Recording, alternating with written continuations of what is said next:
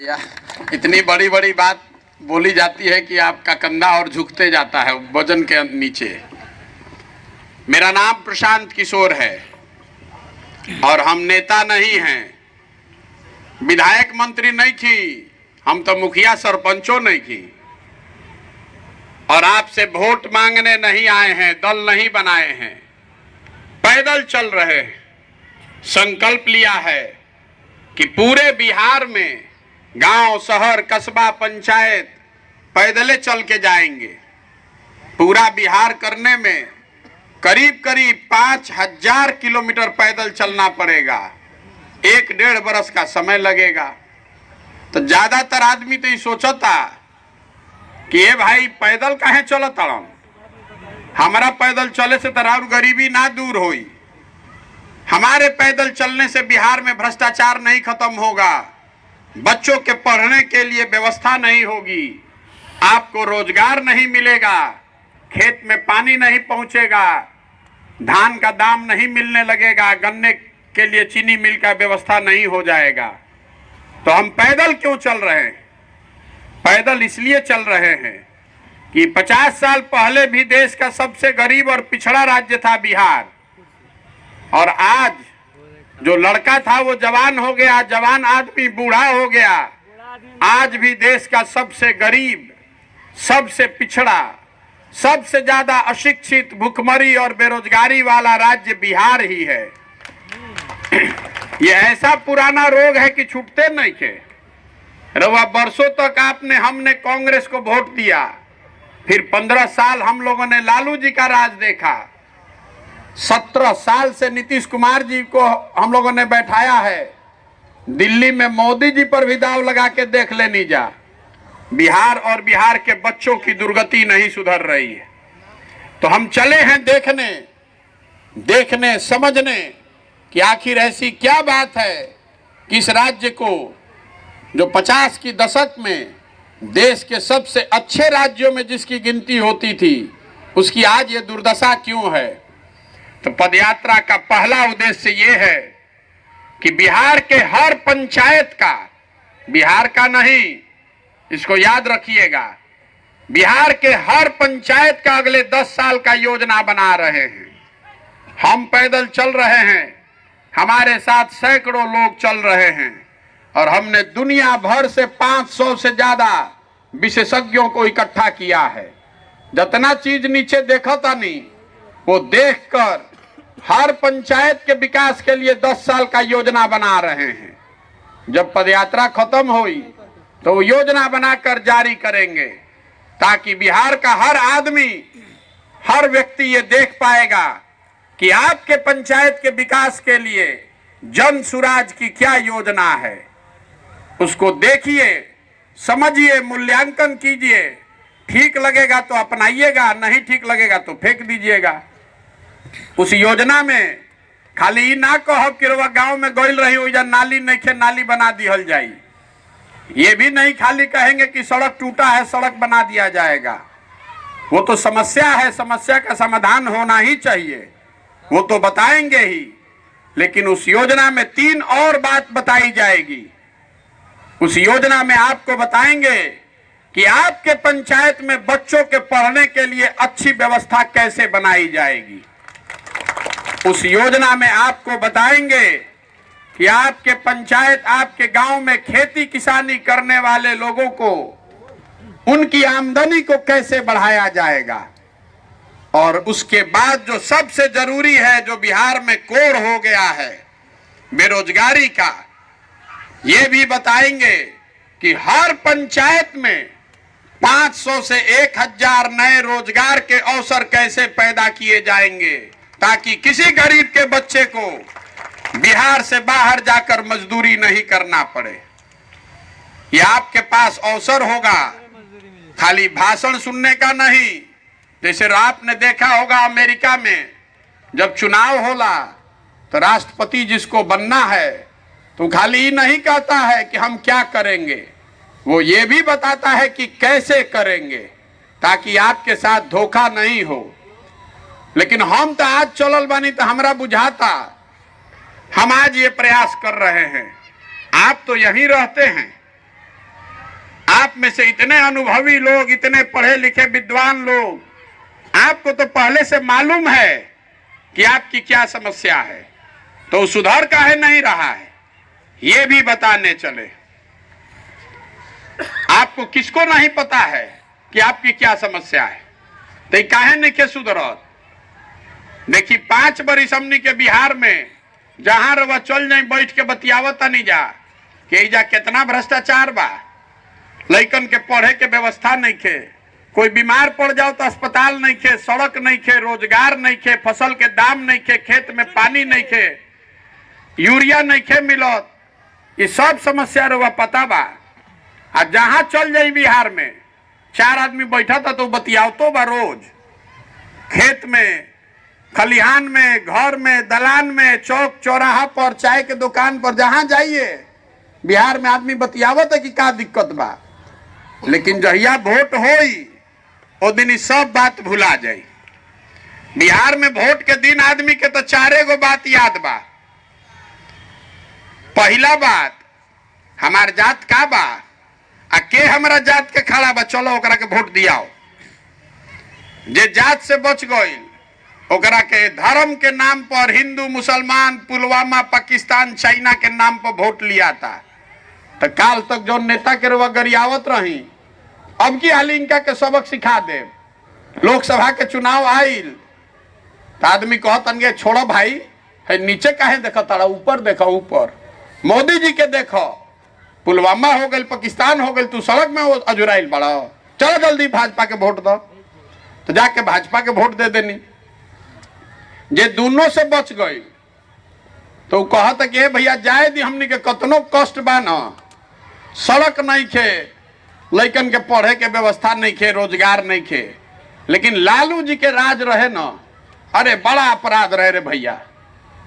लालू जी के राज ना चाहिए तो आधा आदमी लालू जी के डर से जाके भाजपा को वोट दे रहा है। और चौथा हमनी के मुसलमान भाई लोग बा, ये लोग कहता कि भैया कुछो हो जाओ, भाजपा के तो ना वोट दे सकी, भाजपा तो मुसलमान विरोधी पार्टी बा। तो बिहार में बचल के, बिहार में तो 2 गो दल बा, एगो मोदी जी के भाजपा और दूसरा लालू जी का ललटेन। बेचारे नीतीश कुमार के तो कोनो दले नहीं के बचल, कि कभी ललटेन पकड़ के लटक जाता रहन, और कभी कमल के फूल पर बैठ के पवरे लागता रहन। तो मुसलमान भाई लोग कह रहा है कि जाए दी जी ही चाहे मरी, है भाजपा के दिया ही ना, तो ललटेने लौकत, ललटेने पर बटन दबाव। इतना आदमी सब इजा बैठल बा, ईमानदारी से बताइए इसी 4 चीज पर वोट दिए हैं कि नहीं दिए हैं? तो काहे के माथा पीटो तनी, जेकरे के दे दी माइक लागी भाषण देवे। भैया शिक्षा व्यवस्था खराब बा, कैसा रवा शिक्षा सुधरवा देती न, 3 बरिस के सेशन 6 बरस में पूरा होता, लइकन के पढ़ाई नहीं के होत, खिचड़ी बटाता। यहाँ पर आप जितने लोग बैठे हैं, जरा ईमानदारी से अपने उन्हीं बच्चों के नाम पर बोलिए, कभी जीवन में हम लोग वोट दिए हैं शिक्षा के नाम पर? दिए हैं भैया? नहीं दिए तो काहे अपने आप से झूठ बोल रहे हैं? आदमी कहता कि हमरा के नेता ठग लेलन, आपको कोई नेता नहीं ठग रहा है। हम आपको कैमरे पर कह रहे हैं कोई नेता आपको नहीं ठग रहा है। अरे आपने जिस चीज के पर वोट दिया है वही ना पाइएगा। आपने वोट दिया है जात का नाम पर, तो जहां जाइए वो जाते के बातचीत होता। आपने वोट दिया है हिंदू मुसलमान के नाम पर, तो जहां जाइए वो हिंदू मुसलमान के बात होता। आपने वोट दिया है पुलवामा पाकिस्तान के नाम पर, तो जैसे ही टीवी खोलता नहीं तो भारतीय पाकिस्तान सुनाई देता। जो बोइएगा वही काटिएगा, यही बताने के लिए चले हैं। बोइएगा बबूल तो आम कहां से खाइएगा? आपसे वोट नहीं मांग रहे हैं, घरे घर जाके आदमी के हाथ जोड़ता नहीं। करे भाई, अगर आप अपना और अपने बच्चों की चिंता नहीं कीजिएगा तो कोई दल, कोई नेता, कोई विचारधारा आपकी चिंता नहीं करेगा। जे रवा बुझाता है जा कि जात वाला पे जे जात पर वोट देता है ओकरा के बता रहल बानी। रवा बुझाता कि नेताजी जात के हमरा बाणन, जात के राजनीति करतड़न। कैमरे पर कह रहे हैं आपको कोई नेता जात का राजनीति नहीं कर रहा है। देखिए लालू जी बाड़न तो आदमी कहता ना कि लालू जी जात के राजनीति करता, हम रवा कहता नहीं लालू जी जात के राजनीति करते नहीं। कौन जात के राजनीति अगर लालू जी करतन तो ई न कहतन कि भैया जे यादव समाज में सबसे अच्छा आदमी बा वो बिहार के नेता बनी, सब यादव जी भाई लोग तुम लोग वोट आप लोग हमको दीजिए। लालू जी नहीं न कह रहे हैं, लालू जी कह रहे हैं कि हमारा लड़का नेता बनेगा और सब यादव जी लोग आप लोग हमको वोट दीजिए। तो जात के राजनीति कहाँ भइल? ये तो परिवार और स्वार्थ की राजनीति है। लालू जी तो अपने लड़के की चिंता कर रहे हैं, आपके मन में जात है, आप जात की राजनीति कर रहे हैं। और लालू जी अकेले नहीं खन, कोई पंडित के नेता हो गई, कोई कुशवाहा के नेता हो गई, कोई महादलित हो गई, कोई सहनी हो गई, कोई बिंद हो गई। जे जौना जात के नेता बा वो कहता कि हम रहब, हमार लड़का रही आ कुल जाना तू लोग हमारा जात के वोट दो जा। तो बुर्बक रहुआ बानी कि नेता जात के राजनीति करता। जात आपके दिमाग में है, नेता के दिमाग में उसके लड़के का उसका अपना हित है। तो आपसे यही हाथ जोड़ के कह रहे हैं कि नेताजी अपन हित देखता, रहुआ अपन हित देखिए, और नहीं देखिएगा तो भोगिए। आज जात से बच गए लोग का कहनी वो देता हिंदू मुसलमान धर्म के नाम पर, राष्ट्रवाद के नाम पर वोट देले बानी जा। हमने कही जा बहुत आदमी बा जे मोदी जी के वोट देले बा, भाजपा के 14 में मोदी जी के हम ही प्रचार करत रही। यूपी बिहार में जब मोदी जी के नाम ना सुनले रहे वो हमारा से आज लाठी डंडा करे के तैयार बा कि भाग तारा बुझाता मोदी जी यहाँ न पूरा देश के विकास हो जाई, महंगाई खत्म हो जाई, भ्रष्टाचार खत्म हो जाई, बिहारों के विकास हो जाई। अब विकास भइल कि ना छोड़ दी, महंगाई खत्म भइल कि ना रउआ ज्यादा बुझात होई, बिहार में लइकन के रोजगार मिलल कि ना वो भुला जाए। ये सब बात हटा दीजिए कि मोदी जी ने क्या किया क्या नहीं किया, ये तो बहस का मुद्दा है। लेकिन हम एगो चुनौती आपको देकर जा रहे हैं। यहाँ पर जितने लोग बैठे हैं, अगर इसमें से कोई वीर हमको बता दे कि 9 बरस से मोदी जी प्रधानमंत्री बानी, अगर 9 बरस में मोदी जी ने बिहार के विकास के लिए एक बैठक किया हो तो कल से मोदी जी का झंडा लेकर घूमने को तैयार, दिखाइए हमको। 40 एमपी में 39 एमपी हमने के जिता के भेजले बानी जा, एगो बैठकों भर हमने के हक नहीं खे। और अगर नहीं है आप फिर जाकर वोट दीजिएगा उसी पर, तो नेता को काहे गाली दे रहे हैं? आप ही न दोषी हैं, तो दूसरे को दोष मत दीजिए। आदमी कहता कि भैया तीसरा हम लोग के बताइनी है जो लालू जी के डर से देता भाजपा के वोट। तो हम अभी पैदल चलत रही, रामनगर में एगो हमरा भेटैलन हजाम, तो कोई कहलस कि भैया बड़ा होशियार आदमी बा, पूछिए एकरा से। तब पूछनी कि भाई बहुत आदमी लालू जी के डर से भाजपा के देता, नीतीश के देता, दोनों के राज में का फर्क बा? तो कहलस कि भैया हम तो हजाम हैं, अपने भाषा में बताई, दोनों के राज में कौनो फर्क नहीं थे। जनता के हजामत तो दोनों में पूरा पूरा बनता। फर्क अतने बा कि लालू जी के राज में जनता के हजामत अपराधी बनावत रहसन, और नीतीश कुमार के राज में जनता के हजामत अधिकारी बना रहल बाड़ा सन। लालू जी के राज में जौन अपराधी रहसन रात में गन लगा के लूटत रहसन, नीतीश के राज में अधिकारी कलम लगा के दीने में लूटत रहसन। दोनों राज में कोई फर्क नहीं है।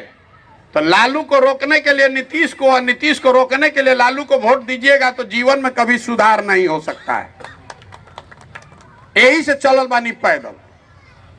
तो आदमी कहता कि भैया ये तो बुझाता रउआ न दल बनाई, हमने भी जोन विकल्प ना रहे, यही से बहुत परेशान रही जा।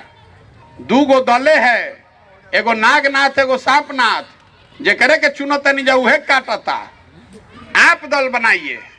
तो हम दल काहे नहीं बनाए हैं? हमारे दल बनाने से बिहार का कोई सुधार नहीं होगा। बिहार में दल कैसे बनेला? जे दल बनैलस उहे हो गई दल के नेता। आइयो कह दिलस कि हमारा बाद होयन हमार बेटा। आ जितना बिहार के जनता बा सब आदमी तू लोग झंडा लेके घूम जा। वो विकल्प नहीं है, वो परिवार का राजतंत्र है, परिवार का शासन है।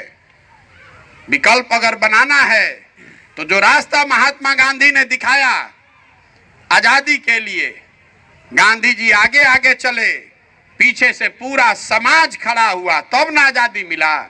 तो अगर बिहार को गरीबी से, भ्रष्टाचार, बेरोजगारी से निकालना है, नया विकल्प बनाना है, तो बिहार के हर उस आदमी को जिसको अपने और अपने बच्चों के भविष्य की चिंता है और एक नई व्यवस्था बनाने के लिए वो सहमत है, उसको आगे आकर कंधा लगाना पड़ेगा।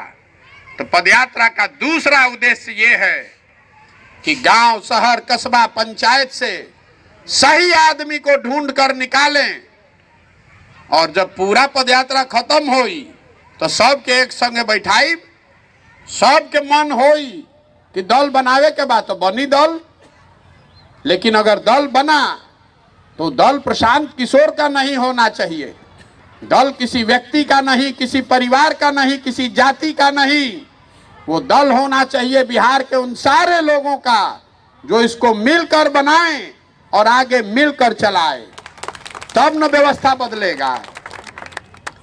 तो वह बुझाता कि तो हो ये ना सके भैया, ऐसा कहीं होला? बिल्कुल ये व्यवस्था पहले लागू थी। आजादी से पहले जो कांग्रेस थी, जिसको गांधी जी के नेतृत्व में चलाया गया, आज वाला कांग्रेस ना, आजादी से पहले जो कांग्रेस थी वो ऐसी ही व्यवस्था थी।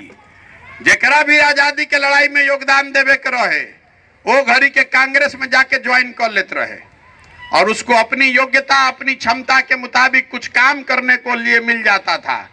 तरवा सुनले बानी खिस्सा कहानी में, कोई प्रभात फेरी निकल लस, कोई जाके रेलवे लाइन उखड़ लस, कोई जाके जेल भरो आंदोलन का हिस्सा बना, कोई धरने पर बैठा, कोई अहिंसा का पाठ पढ़ाया, कोई पेपर निकाला, तब ना आजादी मिली। तो वो व्यवस्था बनाना चाहते हैं।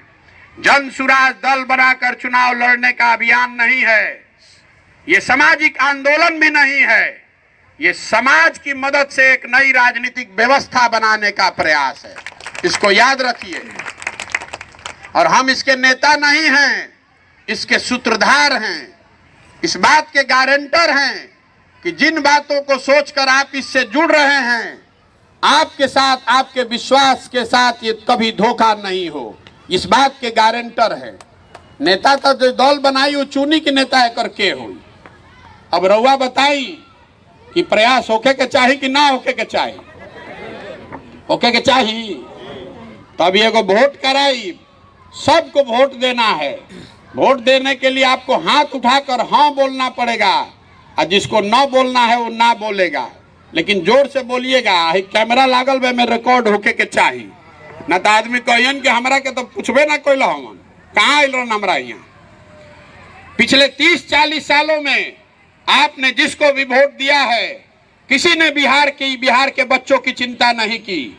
अब समय आ गया है कि बिहार की जनता मिलकर अपना और अपने बच्चों के भविष्य के लिए गांधी जी के बताए हुए रास्ते पर चलकर जनता का विकल्प बनाए, अपना विकल्प बनाए। आपसे सवाल पूछ रहे हैं, जनता को मिलकर अपना विकल्प बनाना चाहिए कि नहीं बनाना चाहिए? हाथ नहीं के उठा तो बिहार सुधरी? नीचे कीजिए हाथ। अरे ना बोले के बाद तो दबा के ना बोलिए, हाँ बोलना है तो जोर से बिहार के ताकत को दिखाइए। हाँ बोलना है तो हाँ बोलिए। फिर से पूछ रहे, एक साथ हाथ उठना चाहिए। बिहार की जनता को मिलकर अपना विकल्प बनाना चाहिए कि नहीं बनाना चाहिए? आदमी कहता कि दल तो बनने के चाहिए भैया, दल तो बना लिहल जाई। रउआ कहता नहीं हो सब ठीक बा, लेकिन चुनाव कैसे जीतल जाई, तो वो भी आपको बताने आए हैं। चुनाव कैसे जीता जाएगा? तो लोकतंत्र में जन बल के आगे कोई बल नहीं है। आप हनुमान हैं, लोकतंत्र में जनता हनुमान है। आपके पास सारी शक्ति है, आप भूल गए हैं। एक बार आप खड़े हो जाइएगा, अपने आत्मसम्मान और बच्चों के भविष्य के लिए खड़े हो जाइएगा, तो आपके सामने कोई दल, कोई समीकरण, कोई नेता टिकने वाला नहीं है। और दूसर बात, जे हमरा के जानत तनिको मन का, ओकरा पता बा कि प्रशांत किशोर के और कुछ आवे चाहे ना, चुनाव लड़ाने आता है। पिछला 10 साल में जिस नेता का, जिस दल का हाथ पकड़े हैं वो चुनावे नहीं हारा है। तो इस बार संकल्प लेकर आए हैं, किसी दल का नहीं, नेता का नहीं, आपका, बिहार की जनता का हाथ पकड़े हैं और आपको भी हारने नहीं देंगे।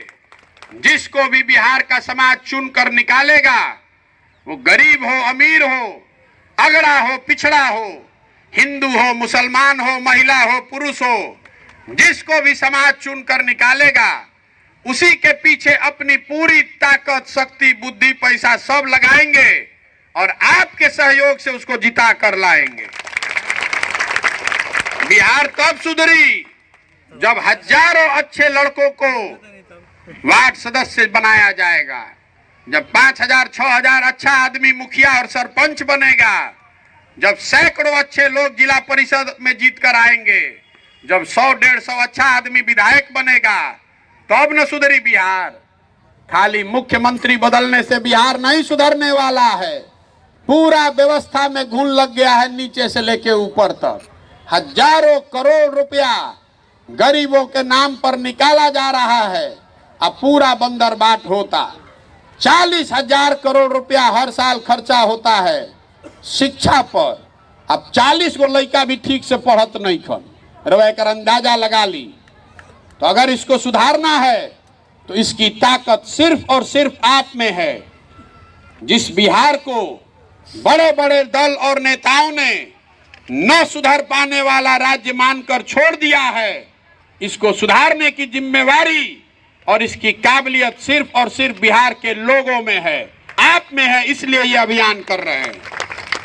अब आदमी कहता कि भाई इतना बढ़िया बढ़िया बतियावत तड़न, अपना खातिर का चाहत तड़न। बहुत आदमी कहता कि मुख्यमंत्री बने आइल बड़न।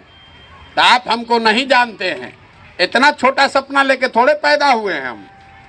हमारे दादा मजदूर थे, बैलगाड़ी चलाते थे, उनके पास इतना भी पैसा नहीं था कि अपने सब बच्चों को पढ़ाएं। तो 9 गो भाई बहन में हमारे बाबूजी को पढ़ाया गया तो डॉक्टर बने, और हम लोग आज यहाँ पढ़े हैं, यही सरकारी स्कूल से पढ़ के निकलल बानी। और देखो तानी भोजपुरी तो बोलते बानी, हिंदी बोलते हैं, अंग्रेजी बोलते हैं, फ्रेंच बोलते हैं, और अपने जीवन काल में ये सपना लेकर आए हैं कि देश का सबसे गरीब और पिछड़ा राज्य बिहार देश के अग्रणी और समृद्ध राज्य की श्रेणी में खड़ा हो। अगर सरकार में जाना होता तो आजे फोन करो तो काले नीतीश कुमार बेचारे के नाव वैसे ही डगमगाता बुला ली हम, कल शपथ ले लेंगे। सरकार बनाने का ये अभियान नहीं है, ये बिहार के बच्चों की तकदीर बदलने का अभियान है। इसके लिए प्रयास करना पड़ेगा। आदमी बतावो तो कि 2 साल चलो तारन, अरे हम तो 2 साल चलो घर परिवार छोड़ के। बिहार में 50% से ज्यादा परिवार ऐसे हैं जिसमें पूरी जवानी लड़कों की मजदूरी करते बीत रही, उसको परिवार का मुंह देखने को नहीं मिलता है। कभी छठ में 10 दिन आई तो मुंह देखलस ना, तो मुंह देखे के नहीं के मिलत। जब तक लड़का जवान है तब तक बाहर मजदूरी कर रहा है, चाहे तो पढ़े गईल और चाहे बहरी जाके मजदूरी नौकरी करे गईल बा। अपने परिवार के साथ रहने का अवसर उसको नहीं है। जब बूढ़ा हो जाएगा आदमी, 50 वर्ष 55 वर्ष का, जब शरीर थक जाएगा तो वापस आएगा और उसके घर का जवान लड़का फिर भेड़ बकरी के तरह ट्रेन में, बस में भर के जा रहा है। हम 125 दिन से चल रहा बानी पैदल, कोई ऐसा गांव नहीं मिला जिसमें 40-50% बच्चे बाहर जाकर मजदूरी नहीं कर रहे हैं। ये संकल्प लीजिए कि बिहार के बच्चे, आपके हमारे बच्चे पूरे भारत में मजदूरी न करें।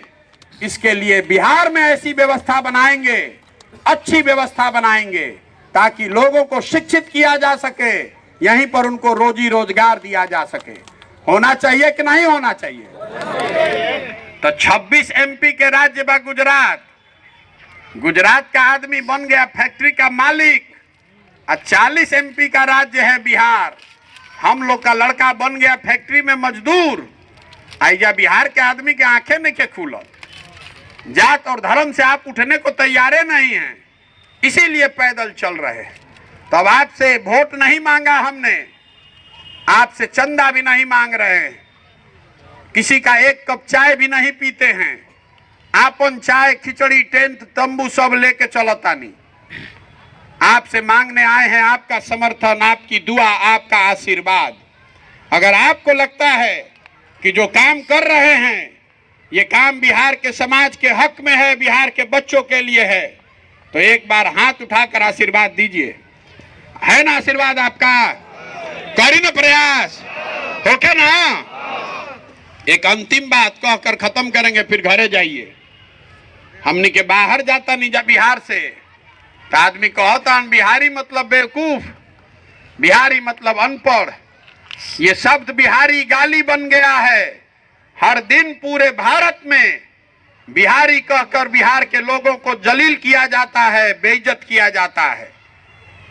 ये बिहार के लोग, आप और हम लोग बेवकूफ नहीं हैं। यहाँ के नेताओं ने, यहाँ के व्यवस्था ने हम लोग को बेवकूफ बना दिया है। ये तो ज्ञान की भूमि रही है। देवताओं को भी बिहार में आकर ज्ञान मिला है। एक बार आप जग जाइएगा और संकल्प ले लीजिए कि वोट इस बार जात पर नहीं, धर्म पर नहीं, राष्ट्रवाद पर नहीं, 5 किलो अनाज नाली गली पर नहीं। वोट उसको देंगे जो हम लोग के बच्चों के पढ़ने के लिए अच्छी व्यवस्था बनाए। वोट उसको देंगे जो हम लोग के बच्चों को रोजगार की गारंटी करे। वोट उसको देंगे जो हम लोग के खेती किसानी करने वाले लोगों को इतनी ताकत दे कि बिहार के किसान भी पंजाब के किसान के बराबर खड़े हों। वोट उसको पढ़ना चाहिए, पढ़ने के चाहिए ना वोट। तो ले रहे ना संकल्प, नहीं लीजिएगा तो एक बात और कड़वा बात कह के जा रहे हैं कि जिस गरीबी बदहाली में आपका जिंदगी बीता है, आने वाले समय में आपके और आपके बच्चों की जिंदगी भी उसी गरीबी बदहाली में बीतेगी। कोई नहीं सुधार पाएगा इसको, आपको जगना पड़ेगा। तो एक बार इस मिट्टी के सम्मान में, जहां हम लोग पैदा हुए, जहां हम लोग के माँ बाप और पूर्वज पैदा हुए, मैं एक नारा लगाऊंगा और पूरी ताकत से आप दोहराएंगे। मैं बोलूंगा जय बिहार, आपको बोलना है जय जय बिहार। अब बिहार के आदमी नारा लगावो तो समझ में आवे के चाहिए पूरा देश में जय बिहार। अतने दम बा बिहार के आदमी के, अतने दम बा। जय बिहार, जय बिहार, जय बिहार। बहुत बहुत धन्यवाद, आप आए इसके लिए बहुत बहुत आपका हृदय से आभार।